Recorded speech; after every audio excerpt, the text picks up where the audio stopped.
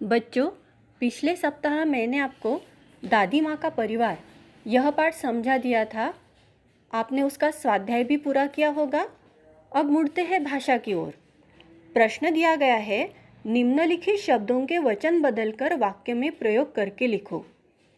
अगर शब्द का एक वचन दिया है तो हमें उसका बहुवचन लिखना है और उसका वाक्य में प्रयोग करना है, और अगर शब्द का बहुवचन दिया है तो हमें उसका एक वचन करना है और फिर उसका वाक्य में प्रयोग करना है।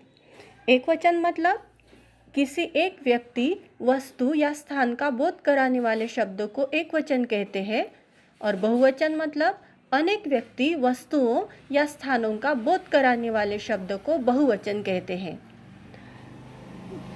यहाँ पर शब्द दिया गया है थैलियाँ, ये बहुवचन है, इसका एक वचन है थैली, और वाक्य में प्रयोग किया गया है पॉलीथीन की थैली का प्रयोग नहीं करना चाहिए।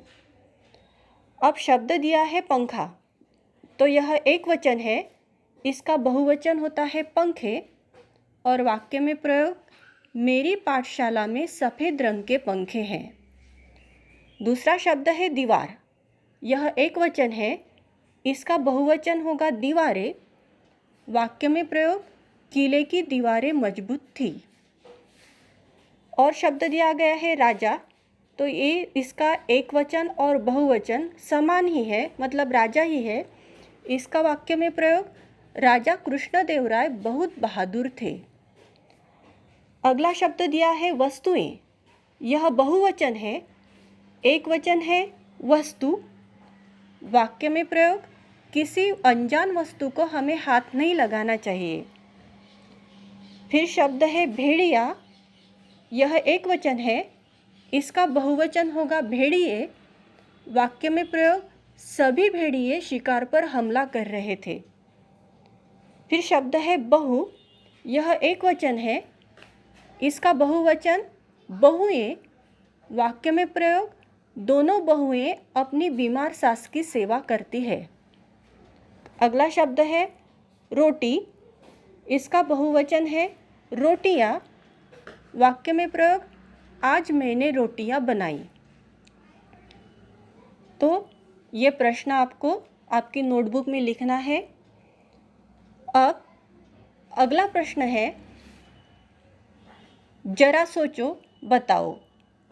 यह पाठ के शुरुआत में ही दिया गया है, यदि प्राकृतिक संसाधन समाप्त हो जाएं तो, जैसे जल, वन आदि।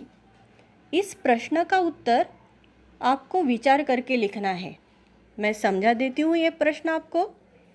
अब प्राकृतिक संसाधन, तो प्राकृतिक संसाधन का अर्थ है वे संसाधन जो हमें प्रकृति ने दिए हैं और जीवों द्वारा इस्तेमाल किए जाते हैं, जैसे मिट्टी, वायु, जल, कोयला, वन, वन्यजीव आदि।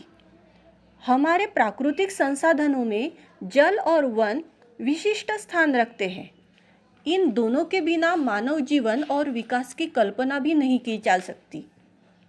यदि किसी दिन जल समाप्त हो जाए तो इस विशाल पृथ्वी पर जीवन नहीं बचेगा। पेड़ पौधे समाप्त हो जाएंगे। धीरे धीरे प्राणियों की सभी प्रजातियां विलुप्त हो जाएंगी। इसी प्रकार वन भी हमारे जीवन का अभिन्न अंग है।